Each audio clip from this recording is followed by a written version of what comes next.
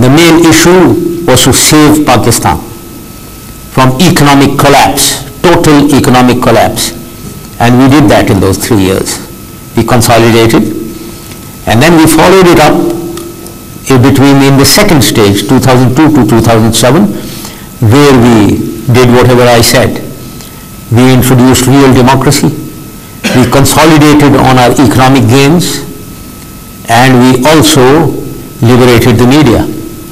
All this was done in these 5 years following the first stage. Then we entered into stage 3. And may I also add that in stage 1, I was, if you convert appointments into hats, I was wearing 4 hats.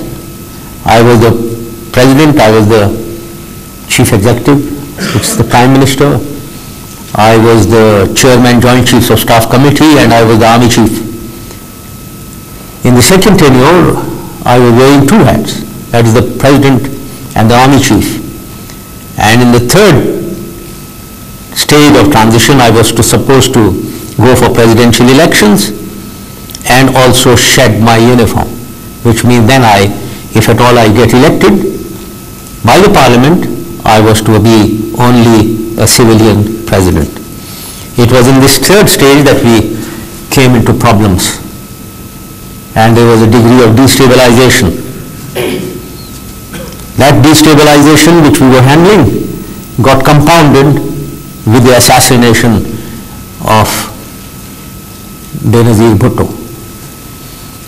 Now, we are heading for the elections again. Whatever has happened, you know that, and you are open to ask questions, therefore I am not going to cover that anymore. We are going to have the elections on the 18th of February. And may I very coincidentally tell you that 18th February happens to be my wife's and my daughter's birthday. So I don't know whether this is a coincidence or that is how it is. 18th February is the elections. I don't know whether this is my birthday gift to them. Well, this election is going to be free, fair, and transparent. But I have added a new word. It has to be free, fair, transparent, and peaceful. It cannot be held in a destabilized condition. Now, how is this to be done is the question, and that I'm sure you will have many questions, but I want to very briefly tell you that when we talk of free, fair elections, the system itself, our elections are as elections held in any other civilized country. The system that we've evolved is as any other civilized country. There are baseless allegations on its rigging. When I explain to you, and you can ask me questions also, you will see that there is no possibility of rigging. And I'll prove that to you, and then you can ask me questions. The system inherently is fair. There were a few bugs which we removed. They were always there in the past, but we removed those bugs to ensure that elections will be fair and transparent. More fair, more transparent. I'll talk of it. Now, talking of the system, briefly, very briefly. Or before I say that, any one of you or any number of observers from the world are invited. They must come and visit and go and see any polling station and see the polling themselves.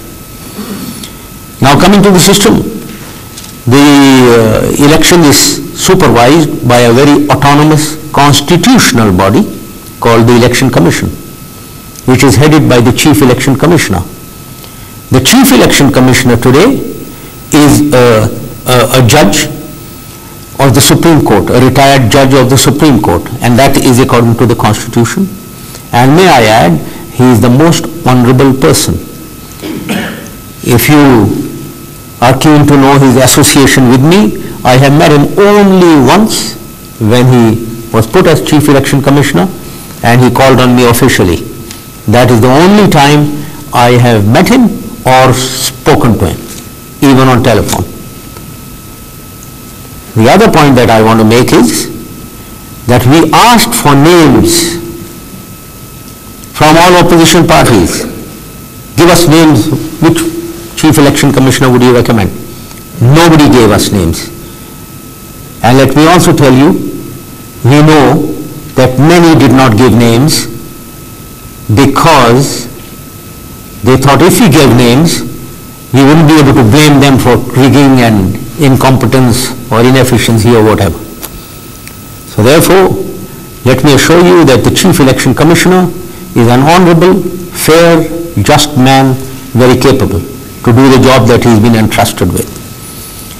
The other issue of transparency, let me tell you that the Election Commission works out minutest details of the whole process. And if I was to tell you the process very briefly, the election schedule is published and notified and announced. 6 days are given for filing of nomination papers, exactly 6 days. And then 7 days exactly are given for scrutiny of those papers. And then 4 days are given for filing of appeals against anyone. And then 7 days are given for the decisions on those appeals.